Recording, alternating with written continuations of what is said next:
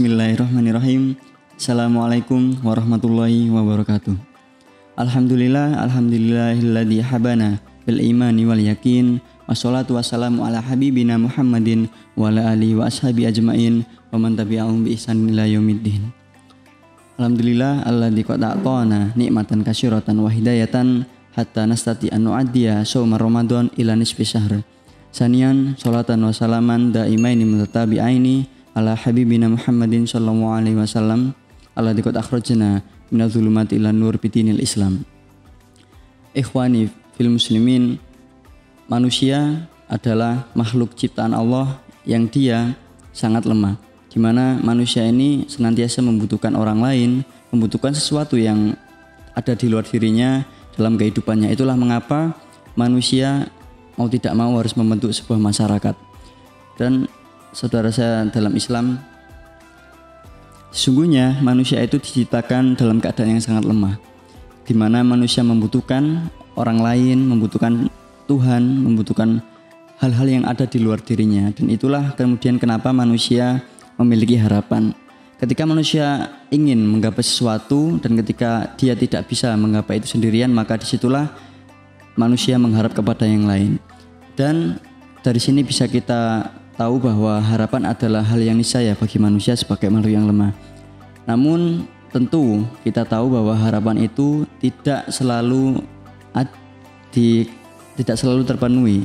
Kadang kita punya harapan-harapan yang banyak dan tidak semua harapan itu terjadi. Dan disitulah biasanya kita akan mengalami apa yang namanya kecewa.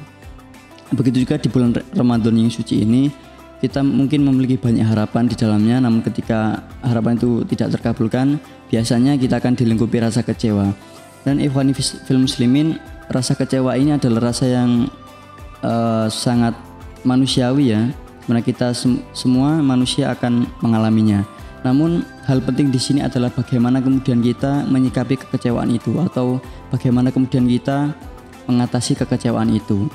Ikhwani fil muslimin, dalam menghadapi kecewaan atau bagaimana kemudian kita mengelolanya, biasanya kita cenderung memiliki dua cara. Yang pertama adalah cara yang negatif, yaitu dengan menyalurkan rasa kecewa ini dengan hal-hal yang tidak berguna. Misalkan pergi ke tempat hiburan, menghabiskan waktu dengan hal-hal yang tidak bermanfaat, menyalurkan kekecewaan ini dengan hal yang buruk, atau bahkan menyalurkan nyawa kita kepada Tuhan dengan bunuh diri.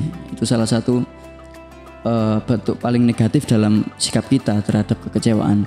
Dan di satu sisi lain, Islam mengajarkan cara bagaimana kita mengatasi atau mengelola kekecewaan ini menuju hal yang positif.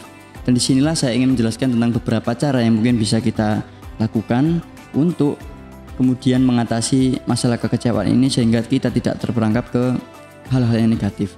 Yang pertama, ikhwani fil muslimin, hal yang bisa kita lakukan adalah dengan melihat bahwasanya kita ini harusnya tidak punya waktu untuk kufur atau untuk kecewa. Karena kenapa? Kita senantiasa telah diberikan nikmat yang sangat banyak. Kita bisa berpikir bahwa apa yang telah diberikan Allah kepada kita dengan apa yang tidak diberikan dengan harapan kita itu sesungguhnya sangat jauh lebih banyak apa yang telah diberikan oleh Allah. Sebagaimana dalam Quran surat Ar-Rahman, fabi ayyi ala'i rabbikuma tukadziban, disebutkan sebanyak beberapa kali, dan disitulah kita harus mentadabbur Al-Quran bahwa nikmat yang telah diberikan oleh Allah Subhanahu wa taala itu lebih banyak daripada apa yang belum terpenuhi dari harapan kita. Dan maka dari itu kita tidak boleh menghabiskan banyak waktu kita hanya untuk kecewa terhadap satu hal saja. Yang kedua, ikhwani fil muslimin, yang bisa kita lakukan adalah dengan meyakini bahwa Allah itu Maha mengetahui terhadap keadaan kita, baik dan buruknya, apa yang kita butuhkan. Sebagaimana firman-Nya dalam Al-Quran, asa an takrahu syai'aw wa huwa khairul lakum wa asa an tuhibbu syai'aw wa huwa syarrul lakum wallahu ya'lamu antum la ta'lamun. Dalam ayat ini Allah mengisyaratkan bahwa Allah itu Maha mengetahui terhadap apa yang baik bagi kita dan buruk bagi kita. Sebagaimana kita bisa saja salah dalam meyakini bahwa sesuatu itu baik sedangkan hal itu buruk, dan begitu sebaliknya. Dan yang ketiga adalah dengan mengisyaratkan prasyarat dalam doa kita, yaitu kalau kita senantiasa berdoa, ya Allah berikanlah ini, berikanlah itu, maka kita bisa menambahkan syarat dengan menambahkan kalimat, ya Allah jika ini yang terbaik bagi kita, bagi saya, maka berikanlah hal itu. Dan ketika hal itu atau harapan-harapan itu kemudian tidak terjadi, maka itu akan meminimalisir rasa kecewa kita karena kita sudah teryakini dalam doa kita bahwa jika itu yang terbaik maka diberikan.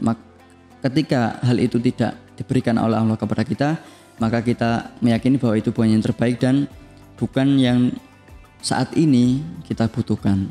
Mungkin itu saja yang dapat saya sampaikan pada saat ini. Kurang lebihnya mohon maaf. Subhanakallahumma wa bihamdika asyhadu alla ilaha illa anta astaghfiruka wa atubu ilaik. Nun wal qalami wa ma yasturun. Wassalamualaikum warahmatullahi wabarakatuh.